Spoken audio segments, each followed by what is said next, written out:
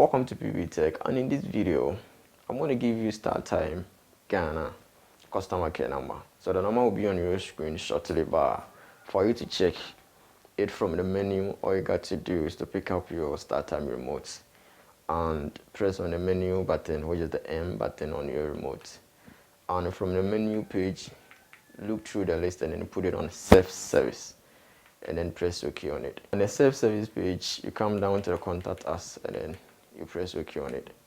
And then from the list, as you can see, we have the Ghana number, which the flag is attached to it, which begins with a 02424378888. Alright, so the number will be highlighted on your screen. You pick it and then you call and you ask for help right there.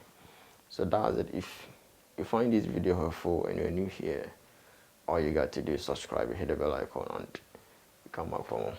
Thanks for watching.